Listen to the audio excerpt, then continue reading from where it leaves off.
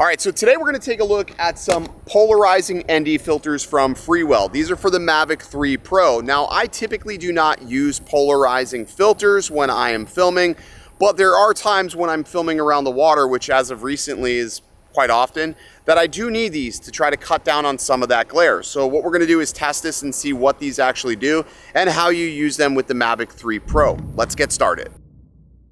All right, so this is the kit that they sent me. Comes with a couple of different PL filters. Also comes with a 1000, 2000, a UV filter, and a CPL filter. Right now, I think I have the ND8 on here. And typically on the Mavic 3 Pro, I don't really run much more over an ND8 just because you have the adjustable aperture. So I feel like the 8 is a good sweet spot no matter what time of day you film. So what I'm gonna do is I'm gonna take some video tests with the ND8. I think I'll keep the aperture like f5. That's pretty much where I usually keep it. Film at 48 frames per second, 4K, fly it over the water, and then we'll do that same test and we'll adjust the CPL filter, or I should say we'll adjust the polarizing filter to see what it does for color retention. I'm gonna film in the standard color profile on this because I just want you to see how it sort of manipulates the colors. All right, let's get this up in the air.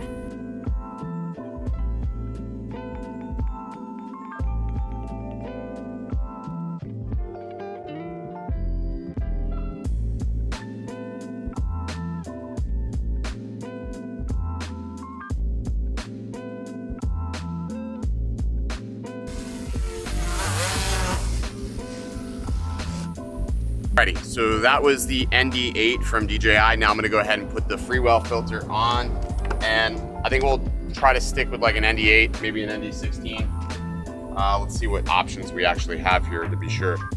So we have ND8 PL, so I think we'll go with that. Now, one thing I wanna make mention of about these filters, unlike the DJI filters, is that when you add one of these cross-polarizing NDs, it is the same density across the entire sensor. So when you switch over that 3x lens, it's gonna be the same density. So you can see DJI has already accommodated for that. So keep that in mind if you're buying these.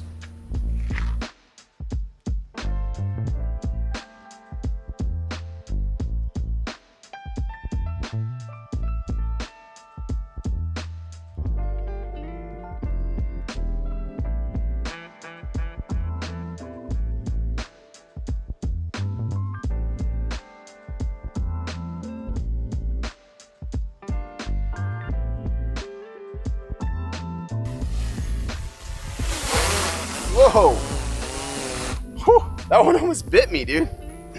In regards to whether or not there's an issue with the entire filter covering all three sensors, I don't think it really matters. We were just actually talking about this off camera. It's really almost like a half stop difference. So that's something you can easily accommodate for. It shouldn't be a big deal to just adjust for that 3x sensor. Yes, it's sort of a pain in the butt that you have to adjust for it, but it's not something that's like a deal breaker that I would really worry about. There's really no other way to make that work unless you had individual PL filters covering each one of the sensors. But again, with the PL filter, you're constantly having to adjust for the polarization depending on where you wanted it. I wanted it to be more on the surface level, like the ground and the greens.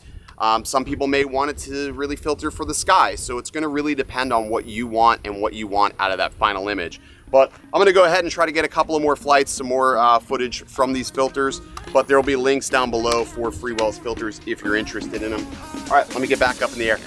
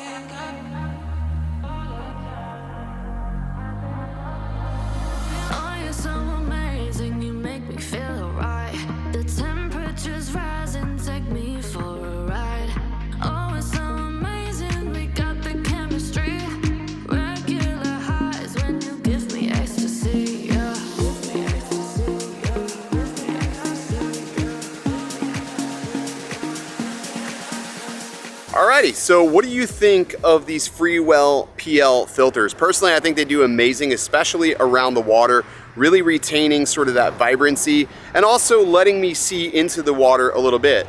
Sometimes you get lucky, you may see a shark, school of fish, and you want to be able to capture that and none of the glare. So I think that's where they do well. But anyways, there'll be links in the description below if you want to check those out for yourself. And as always, stay original.